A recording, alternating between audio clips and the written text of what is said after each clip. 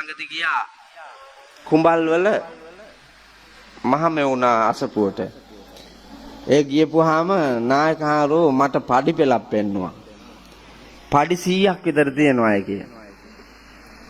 ප්‍රධාන ඉංජිනේරු අය පළාතේ ගෙන්නලා ඒ කන්දෙන් පඩි පෙළ කපන්න පඩි පෙළ දාන්න සැලසුම් කරන්න කිව්වලු. ප්‍රධාන ඉංජිනේරු අයිට පස්සේ ඇවිල්ලා බලලා වපසරි ඇවිදලා කිව්වලු හාමුදුරනේ මෙතනින් නම් පඩි පෙළක් දාන්න බෑ. මේ කන්ද පිහිටලා තියෙන විදියට කියලා. ඒ වෙලාවේ බැකෝ එකේ කොල්ලා බලාගෙන හිටියලු. ඒකොල්ල නායක හාමුදුරන්ගේ මූණ දිහා බලලා බිම් බලා ගත්තලු. නායක හාමුදුර දැනුණලු මේකට මොනවා හරි දැනුණු බව. ඉංජිනේරුවා ගියාට පස්සේ කොල්ලා ගාවට ගිහිල්ලා අහලා තියෙනවා පුතේ මේ පඩි පෙළ ඇත්තටම දාන්න බැරි වෙයිද? නායක හාමුදුරනේ මං ඒ වෙලාවේ කිව්වේ නෑ මේක දාන්න පුළුවන්. බාස්ලට කියන්න මං කපන පඩියට ලෑලි ගහන්න කියලා. මං පඩි පෙළ කපාගෙන උඩට යන්නම් බාස්ලට පඩි පෙළ ගහන්න කියන්නේ. පැය 24ට කැපුවලු කොල්ලා. මුළු පඩි පෙළම බැකෝ එකේ කොල්ලා පැය 24ට කැපුවලු ආය පැය 24කින් පඩි පෙළ ගැහුවලු. දවස් දෙකක් යනකොට පඩි පෙළ හදලා ඉවර කළා. ඊට පස්සේ ඉංජිනේරුවා එක්කගෙන ආවිල්ලා පෙන්නුවලු. පඩි පෙළ හැදුවා කියලා. පොත වැඩක් නෑ මහත්තයා. අර බැකෝ එකේ වැඩ කරලා ලබාපු දැනුම ප්‍රායෝගික දැනුම මිනිස්සුන්ට තියෙන්න ඕන. එහෙම නැතුව යන්න බෑ. ඒක තමයි චූටි කාලේ ඉඳලා ළමයින්ගෙන් වැඩ ගන්න කියන්නේ. දැන් මේ අලුත් සමාජයේ වැඩ ගන්න මේ අලුත් පහේ අම්මලා ඉන්නා නේද? මහා මෝඩ జాතියක්. අලුත් පහේ ගෑනුන්ට මහා අමුතු මෝඩකමක් තියෙන්නේ. මහත්ලා ගෑනු උනත් එහෙම තමයි. ඕකිලාට ඕල්මාද. ඔව් පොඩි කාට වැඩ කරන්න දෙන්නේ නැහනේ. ඒකි තමයි ඔක්කොම බාර ගන්න. දත් දෙක මැද ගන්න දෙන්නේ නැහැ. ඒක උලනවා. මූණ හොද ගන්න දෙන්නේ නැහැ. ඇඳුම අඳින්න දෙන්නේ නැහැ. සපත්තු දෙක දා ගන්න දෙන්නේ නැහැ. කලිසම ඇඳ ගන්න දෙන්නේ නැහැ. කලිසම ගලවන්න දෙන්නේ නැහැ. ෂර්ට් එක ඇඳ ගන්න දෙන්නේ නැහැ. ඌට ගමනක් යන්න දෙන්නේ නැහැ. ගහකට නගින්න දෙන්නේ නැහැ. මොකක්වත් නැහැ. ඇලකට බහින්න බෑ. දොලකට බහින්න බෑ. ඌට කැමති විදියට නා ගන්න බෑ. මහ පොළවේ තියෙන ඒව අතපත ගන්න බෑ. සතෙක් සිව්පාවේ කල්ලන්න බෑ. මෙහෙම පුළුවන් ද පුතා ජීවත් වෙන්න? ලොකු උනාට පස්සේ කොහොමද වැඩ කරන්නේ? ඉස්සර අධ්‍යාපනයේ තිබ්බේ ශිල්ප ශාස්ත්‍ර. මොනවාද ශාස්ත්‍ර කියන්නේ? මොනවාද ශාස්ත්‍ර? ගෑනු දේවාලයට ගිහිල්ලා බලන ඒවාද?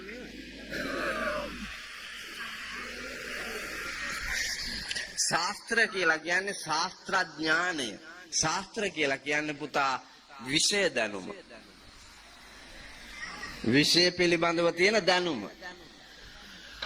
උදාහරණයක් කියන්නද? කුඹුරක් වපුරනවා කියලා හිතන්නකෝ. කුඹුරක් වපුරනවා ඒකේ විෂය දැනුම තමයි වනාත් පාදලා ඇලවේලි සුද්ධ කරලා කුඹුරේ ලොකු කැලෑව අයින් කරලා වතුර හරවලා නියර රහිනවා.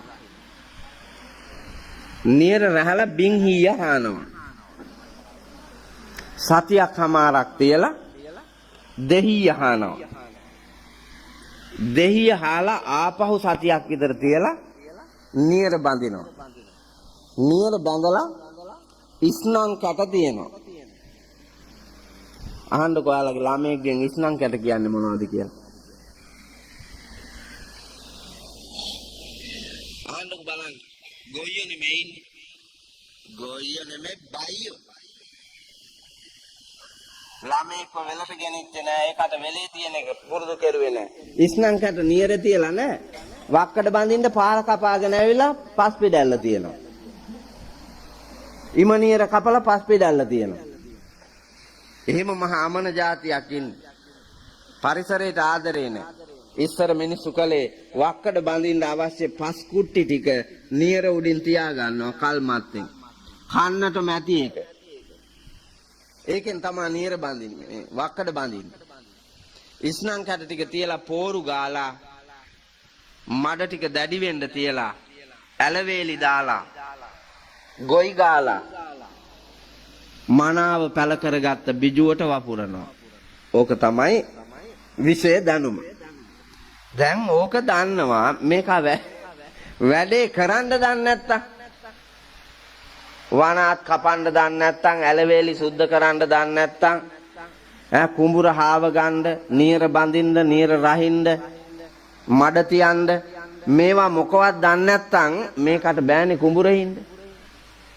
පොතේ විෂය දැනුම තියෙනවා ඒක හිතෙත් තියෙනවා නමුත් වැඩේ දන්නේ නැහැ. පොල් ගහකට නැගලා පොල් කඩන්න ඕන කියලා දන්නවා නමුත් ගස් යන්න බැරි නම් පොල් කඩන්න බෑනේ. අතී මරන් ඉස්කෝලේට එනවා උගන්වන්න දන්නේ නැහැ. ඊට පස්සේ ළමයි ඉදිරියේ අඬනවා. ඒ ළමයි අහනකොට එක එක ඒවා ළමයි ඉදිරියේ අඬනවා. පොලිසියට එනවා රාජකාරියට. උසාවියට යවනවා නඩුවට. නීතිඥයා ප්‍රශ්න අහනකොට මේක වෙවුලනවා. වලිගේ කකුල් අස්සේ ගහගත්ත බල්ලෝ වාගේ මම දැකලා තියෙනවා. අර නීතිඥයා ඉදිරියේ අකම්පිත මිනිහෙක් වෙන්න එපැයි. මහාධිකරණයේ ඉදිරියේ. මිනිස්සු ඉදිරියේ හැල්ලු වෙන්නේ නැතු. අභිමානවත් නිලධාරියෙක්, අභිමානවත් යුනිෆෝම් එකක්. ඒක හැල්ලුවක් කරන්නේ නැති පෞරුෂයක් හදාගෙන යන්න එපැයි එතෙන්ට යන්න. වැඩේ දන්නේ නැත්නම් වැඩේ බාර ගන්න නැතුව ඉන්න ඕන. ඒකට නිපුණතාවය ඕන. ඒකට කුසලතාවය ඕන. ඒකට තමයි ශිල්පීය දැනුම කියන්නේ. බුදුරජාණන් වහන්සේගේ දහමට අනුව පින්නතුනි මිනිහෙකුට ඕන ශාස්ත්‍රඥානයත් ශිල්පීය ඥානයත් දෙක. ඒ ශිල්පීය ඥානයයි ශාස්ත්‍රඥානයයි දෙක තහවුරු කරගෙන ලස්සනට පවත්වාගෙන යන්න තමයි ආකල්ප හැදුවේ. දැනුම ආකල්ප කුසලතා. දැන් තියෙන්නේ එහෙම. ඉස්සර තිබ්බේ ආකල්ප කුසලතා දැනුම. ආකල්පයක් තිබුණා සම්වර්ධනය කරන්න ඕන කියලා, ජීවත් වෙන්න ඕන කියලා. ඒකට කුසලතා පාවිච්චි කරුවා. කුසලතා වැඩි දියුණු කරගන්න දැනුම හෙව්වා. ඒක තමයි ලංකාව. ඒ ලංකාව තමයි ස්වයංපෝෂිත ශ්‍රී ලංකාව. බුදුන්ගේ දේශේ පෙරදිග ලෝකයේ ධාන්‍යාගාරේ ඉන්දීය සාගරයේ මුතු ඇටේ ලෝකයේ උතුම්ම රට ශ්‍රී ලංකාව. ලෝකෙ මෙවැනි රටක් තිබ්බේ නැහැ. ඒ රට අද හිඟා කන නීච තැනකට ඇද දැමුවේ මේ රටේම අතීත පුරවැසියෝ. එහෙනම් මේ අනාගතේ බාර ගන්න ඉන්න පරම්පරාවට ලස්සන ශ්‍රී ලංකාවක් හදලා සෞභාග්‍යයෙන් සපිරි ගමනක් යන්නට මඟ තැනීම අපේ ඔබේ යුතුයකමයි. ඒකට අවශ්‍ය ධර්මඥානය, ආධ්‍යාත්මීය ගුණය වර්ධනය කරගන්නට මේ දැනුම, ආකල්ප, කුසලතා කියන උත්තම ගුණාංගයන්හි පිහිටා කටයුතු කරන්න. එහෙනම් බාගෙට දන්න ලෝකේ පූර්ණ කරගෙන, සැකතන් දුරු කරගෙන, දිට්ඨි මුජුං කරෝති ඍජු දක්මක්, නිවැරදි දක්මක් ඇති කරගෙන චිත්ත මස්ස පසේදති හැමදාම සන්තෝෂයෙන් ඉන්න මිනිහෙක් වෙන්න වීරිය කරන්න. ධර්මය ඔබට ඒ ගුණය ලබා දෙනවා. ඒ උතුම් ගුණයන් සාධනය වන්නට මේ ධර්ම දානමේ මහා පිංකම හේතු වාසනා වේවා වෙත්වා වෙම්වා කියන හැඟීමෙන් සාදු කියලා ප්‍රාර්ථනා කරමින් බණ අහන්න ලෑස්ති වෙන්න. අපේ පොඩි හාමුදුරුවෝ මට පේන්න ඇහැමානේ ඔරලෝසුවක් තියන්න ඕන. නැත්තම් මෙවුන්දලාට නැගිටින්න බැරි වෙයි. මම මාතෘකා කළේ ගැඹුරු සූත්‍ර දේශනාවක සූත්‍ර කාණ්ඩයක්. මොකද්ද සූත්‍රේ? උපාසකම්මලා සිල් ගන්න යනවා නේද? සිල් ගන්න යනවා දිරලා ඇට දිරලා ස්නායු මැරිලා නහරවැල් වේලිලා හංගෝනි පඩංගු වාගේ ඇකිලිලා ඇස් පේන්නේ කන් ඇහෙන්නේ දත් හැලිලා මරණයේ දොරකඩ දැන් යනවා සිල් ගන්න. දැන් යනවා කිරි අම්මා දානෙට. පත්තිනි අම්මගේ නංගි වාගේ හරියට. පනින්න තිබ්බු කඩළු ඔක්කොම පැනලා. කරන්න තිබ්බු වල් වැඩ ඔක්කොම කරලා හයිය තිබ්බ කාලේ. මේ වැරදි ආකල්පයන්නේ බාලේ උන්ට දීලා තියෙන්නේ. හාමුදුරුවනේ සිල් ගන්න ඕනේ සිල් බින්දින කාලෙනේ. සීලේ ආරක්ෂාව ඕනේ සිල් බින්දින කාලේ. සිල් බින්දින්නේ මේ ළමා වයසේ ඉඳලා. දැන් අර අනුරාධපුරේ වෛද්‍යවරියක් දූෂණය කරුවේ නාකියෙක්ද? නෑ කොල්ලේ.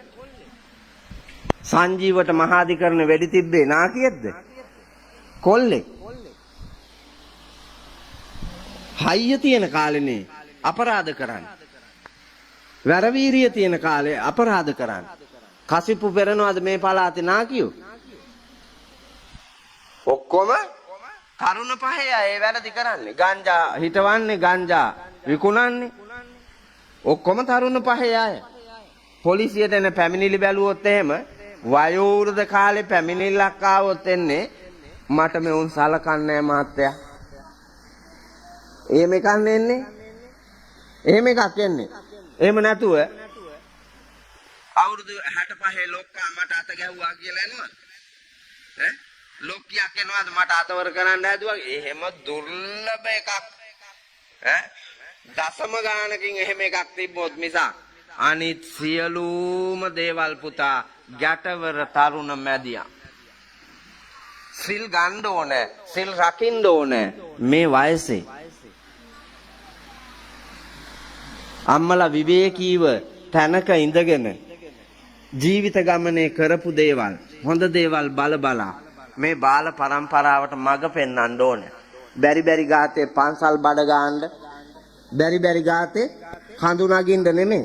හතර හන්දි කඩා ගන්න නැතුව විවේකීව තැනකට වෙලා ඉඳගෙන Taman ලද අත්දැකීම් පරම්පරා දෙක තුනකට බෙදලා දෙන්නයි ඕනේ. එහෙම එකක් නැහැ. නාකි වෙනකන් දුවලා හොඳටම හැටි වැටිලා දි รา පත් වුණාම මේ මල්ලත් අරන් එනවා ශාසනය රවට්ටන්න. ශාසනය රවට්ටන්න බෑ. රැවටෙන්නේ තමන්. එහින්දා පන්සල් ආවත් ඒකේදී කරන්න ඕන දේ කරන්නේ. මං ගැඹුරු සූත්‍ර දේශනාවක් මාතෘකා කළේ මේක හොඳින් අහගන්න ඕන. මොකද්ද සූත්‍රේ?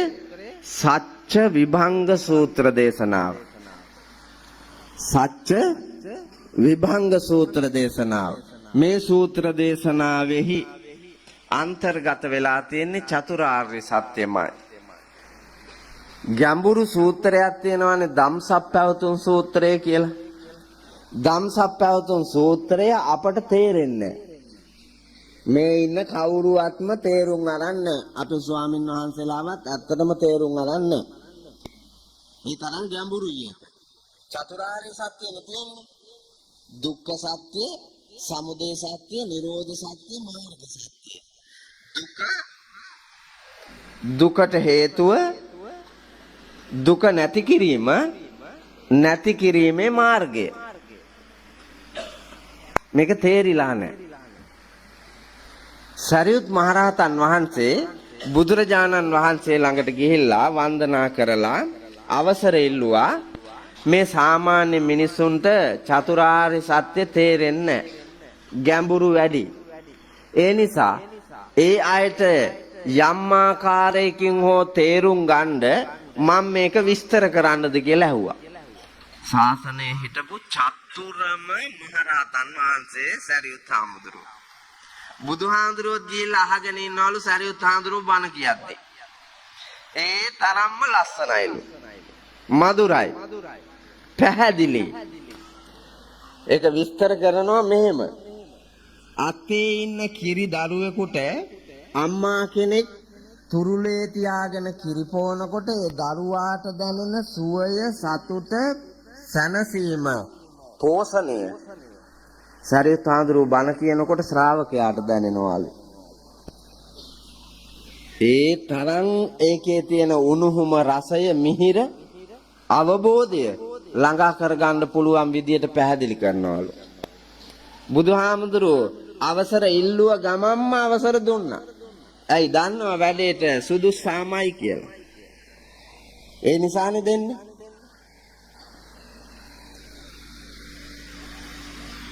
මම මාතෘකා කළ සත්‍ය විභංග සූත්‍රය සත්‍ය විස්තර කරලා තියෙනවා. මම මේ සූත්‍ර දේශනාවෙන් 1000න් එකක් විතර චුට්ටක් තමයි තෝරගත්තේ. ඔබට අද කියන්න මාර්ග සත්‍යය. මාර්ග සත්‍යයෙන් තෝරගත්තේ.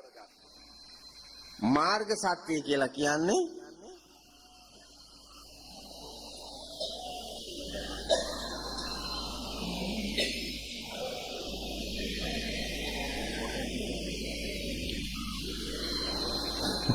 ෆෝන් එකක්ද?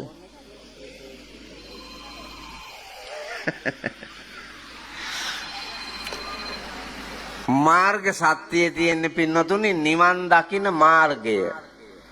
පෝසත් මිනිහෙක් වෙන මාර්ගය. නිදහස් මිනිහෙක් වෙන මාර්ගය. මේ ලෝකයේ ගෞරවය, කීර්තිය, අභිමානය ඇතිව ජීවත් වෙන මාර්ගය. සසර පිම්බෙලෙන් මිනිස්කම ලබාගෙන ඒ ලත් මිනිස්කම දුගතියට නොවැටි සුගතියේ රැඳවීමේ මාර්ගය තමයි මාර්ග සත්‍යයේ තියෙන්නේ. අවසාන අරමුණ සකල කෙලෙසුන් නසා නිවන් අවබෝධ කර ගැනීමේ මාර්ගය මේ ආර්ය ධර්මයේ තියෙනවා. මාර්ග සත්‍යයේ විස්තර වෙනවා මාර්ගාංග 8ක්. මොනවාද පුතේ ඒවා? ආර්ය අෂ්ටාංගික මාර්ගය. සම්මා දිට්ඨි, සම්මා සංකප්ප, සම්මා වාචා, සම්මා කම්මන්ත, සම්මා ආජීව, සම්මා වායාම, සම්මා සති, සම්මා සමාධි. ඔය 8 එකක් තමයි සම්මා වායාම. නිවන් දකින්න යන මාර්ගයේ එකක් සම්මා වායාම, යහපත් වෑයම, යහපත් වීර්ය. මේක දියුණු වෙන්න මිනිහෙකුට පාවිච්චි කරන්න පුළුවන්. මේ ගෞතම සම්බුද්ධ රාජ්‍යයේ මේ ඉන්න කාටවත් නිවන් දකින්න බෑ කියලා මම දන්නවා. මට එහෙම දැනෙනවා. ඒ හින්දා අපායට වැටෙන්නේ නැතුව ඉන්න, සුගතියේ රැඳෙන්න මේ ආර්ය මාර්ගයේ ප්‍රයෝජනෙට ගන්න පුළුවන්. අපි ගොඩක් තිරිසන් අපායට වැටෙනවා මේ යන ගමනේ. ඒකෙන් අත මිදෙන්න ඕන. සුගතියේ රැඳෙන්න ඕන. සුගති ලෝක 27ක් තියෙනවා. මනුස්ස ලෝකයයි, දිව්‍ය ලෝක 6යි, බ්‍රහ්ම ලෝක 20ක් තියෙනවා. මේ සුගති ලෝක 27න් එකකට හරි යන්න පුළුවන් වාසනාව ලැබෙන්නේ මේ වීර්ය වඩන අයට. නැත්තම් හම්බෙන්නේ නැහැ. මම මේවා කියද්දි බලන්න ඔබ වඩනවාද? නොවඩනවා නම් වඩන්න මහන්සි ගන්න. එක ඛතමංචාවසෝ සම්මා වායාමෝ ඉදාවසෝ බික්ඛු අනුප්පන්නානම් පාපකානං අකුසලානං ධම්මානං අනුපාදාය චන්දං ජනේති වායමති විරියං ආරභති චිත්තං පග්ගණ්ණාති පදති. පළවෙනි වීර්ය චන්දං ජනේති වායමති විරියං ආරභති චිත්තං පග්ගණ්ණාති පදහති. ආරම්භ කරන ලද වීර්ය ඇතිව, නොපසුබස්නා වීර්ය ඇතිව, අවබෝධයෙන්, උවමනාවෙන් නැවත නැවත බලමින්, දකිමින්, විමර්ශනය කරමින් කැමැත්ත පළ කරන්නලු, කැමැත්ත උපදවා ගන්නලු, නොකරපු පව් නොකරම ඉන්න.